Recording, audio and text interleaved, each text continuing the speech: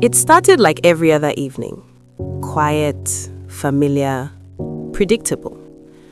But sometimes, it's in the ordinary that something begins to break. Amara stood in the kitchen, staring at a pot that no longer held her attention. Her eyes kept drifting to the clock on the wall. 8:47 p.m. Tunde was late. Again. At first, she told herself it was nothing. Traffic, work, the usual excuses that come with a busy life.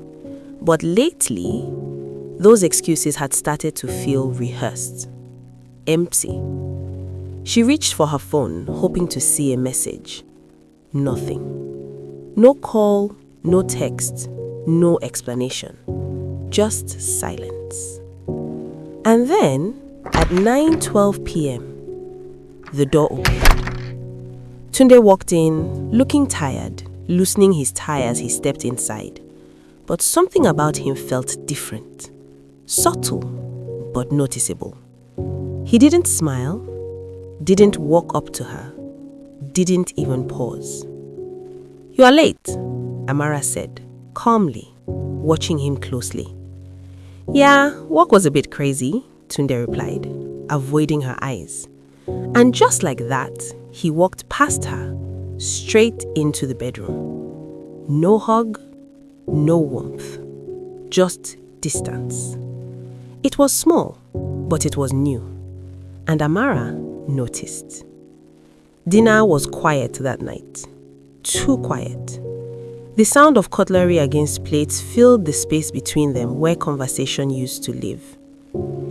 "You didn't call," she said gently. "My phone battery died," Tunde replied. Simple, straightforward. But something about it didn't sit right. Amara's eyes shifted to the phone beside him. The screen lit up briefly. 80% battery. She said nothing, but her mind had already started asking questions. Later that night, as the sound of running water filled the bathroom, Amara picked up Tunde's shirt from the chair. It was a simple act, routine, until she paused. There was a scent, not his, something softer, unfamiliar, feminine. She held the shirt a little tighter, her thoughts beginning to race. Maybe it was nothing. Maybe. But doubt, once it enters, doesn't leave quietly. Just then, Tunde's phone buzzed on the bed. Amara turned slowly. The screen lit up, and in that moment, everything shifted. "I miss you already." Her breath caught. The words felt louder than they should have been, heavier than they looked. She took a step closer, then another. Her hand hovered over the phone. This was the moment, the line between trust and truth. But before she could decide, the phone buzzed again. Another message. And suddenly, the weight of what she might find felt too much. She pulled her hand back, quickly, as if protecting herself from something she wasn't ready to face. The water stopped running. Amara moved away instantly, slipping back into place like nothing had happened. Tunde walked out moments later, reaching for his phone. He glanced at it, paused, then subtly turned the screen away from her. It was a small movement, almost invisible, but not invisible enough. That night, they lay side by side in silence. Tunde scrolled through his phone, a faint smile playing on his lips every now and then. Amara noticed, and that smile hurt more than anything else, because it wasn't meant for her.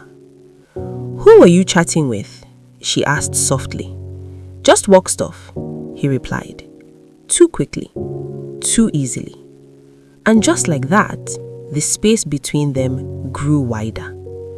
"Good night," she turned her back to him. "Good night," he replied. But sleep didn't come. Not for her, and not for him either. In the darkness, Amara stared into nothingness, her mind filled with questions she wasn't ready to ask out loud. A single tear slipped down her cheek. Beside her, Tunde lay awake, eyes open, silent, thinking. But whatever was on his mind, he wasn't ready to share. And just like that, the first crack in their marriage had begun.